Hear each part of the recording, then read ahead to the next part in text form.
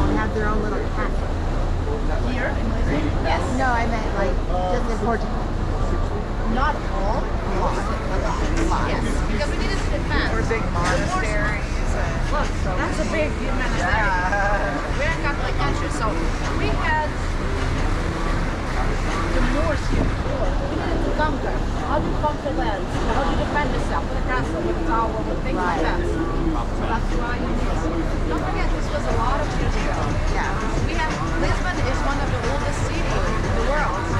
Only Athens, Greece is older than us. We have 1,000 years of history. And before that, we had people living here, of course. Sure. But the conqueror of Lisbon was 1147. This is not it. It's here the monument. It was built, I think, a long time ago. It was built in 1960 to celebrate the prosperity and testimony to important people from the discovery era. Nice. So,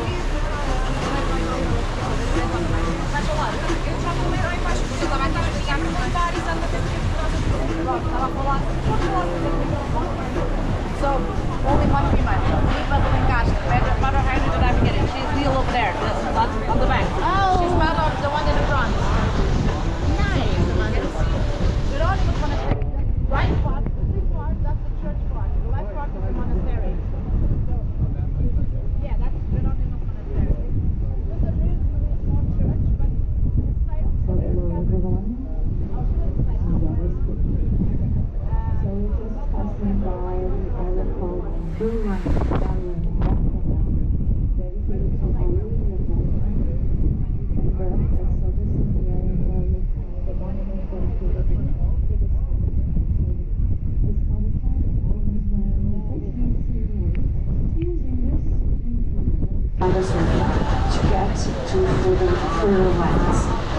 So the Portuguese were responsible for colonizing two-thirds of the world, starting in the 1300s. And then, of course, our king wanted to show off a little bit, and so they chose this place to build some monuments. So many of the ones that you've seen are from the 1500s. The one just next to the tiger, so the one that you just seen, that looks like a dinosaur, is indeed from the 20th century.